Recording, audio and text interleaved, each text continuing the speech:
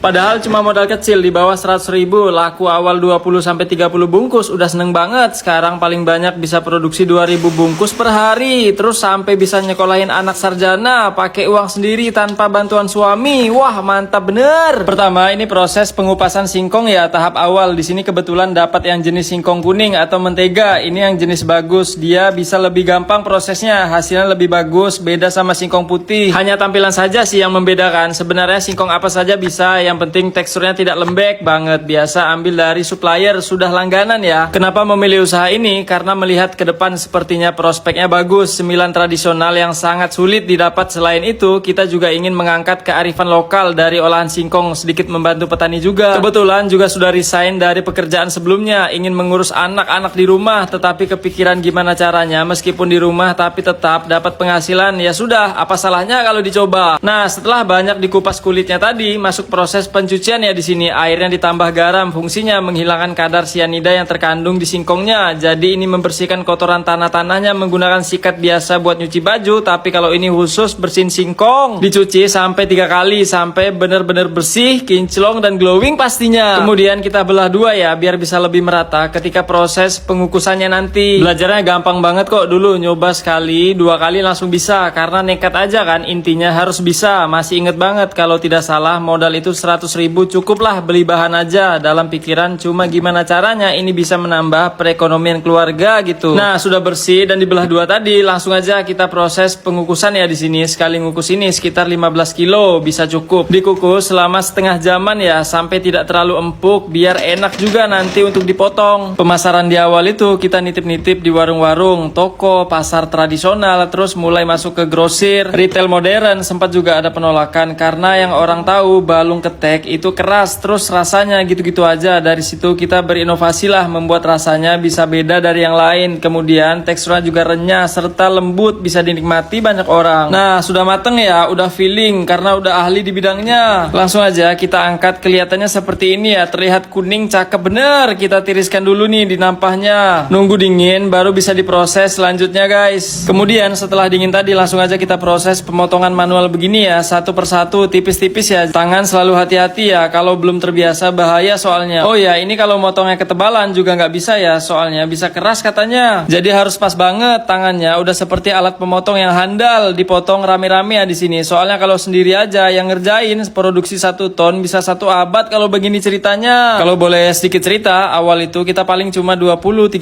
bungkus dalam seminggu. Dari hari ke hari naik terus sampai bisa laku 2.000 bungkus per hari karena sudah banyak langganan juga ya. Sambil menunggu minyak panas, kita proses ngebumbuin dulu ya. Ini cukup simple, ada bawang putih sama garam saja sama penyedap rasa. Jadi nggak pakai bahan aneh-aneh, tanpa pengawet juga ya. Jadi aman pastinya, soalnya kan untuk dikonsumsi banyak orang juga. Nggak nyangka sih bisa bertahan sampai saat ini karena kita jalani terus aja. Minimal bisa membantu perekonomian keluarga serta petani singkong bisa jadi bagian kecil yang berkontribusi untuk orang. Wah, mantap bener. Minyak sudah panas ya tadi, langsung aja kita goreng di sarsor aja tuh. Goreng sekitar 15 menit aja ya. Sedikit informasi ya guys, semisal bahan singkong itu ada 10 kilo, hasilnya ketika sudah jadi digoreng itu bisa menjadi 3 kilo. Jadi lumayan juga ya menyusutnya. Nah, kalau sudah hampir matang kita masukkan bumbu yang tadi ya. Jadi sekalian goreng gitu. Biasa dikasih 2 sendok besar cukup. Sempat diremehkan, iyalah mbak, uang cuma balung ketek, siapa sih peminatnya? Sekarang nggak ada yang suka orang cemilannya yang kekinian gitu. Terus dibilang nggak bisa bertahan lama, dalam hati cuma bilang bismillah aja karena Tuhan tidak mungkin membiarkan umatnya yang sedang berusaha. Saya jadikan sebagai motivasi untuk terus semangat gitu. Nah, kalau yang ini kita goreng lagi khusus yang rasa pedas manis. Bumbunya cukup simple, pakai cabai, bawang putih sama gula. Jadi dicampur gitu aja, diaduk-aduk dengan api sedang. Rasanya ada 2 ya, yang original sama yang ini pedas manis. Sudah jadi deh semua. Ya sudah, tinggal di packing-packing, siap untuk dikirim ke pelanggan setia. Setelah ini sempat ngobrol sama owner. Ini kan saya izin meliput lihat prosesnya dari awal sampai selesai. Terus kalau ada meniru bagaimana, dengan senang hati.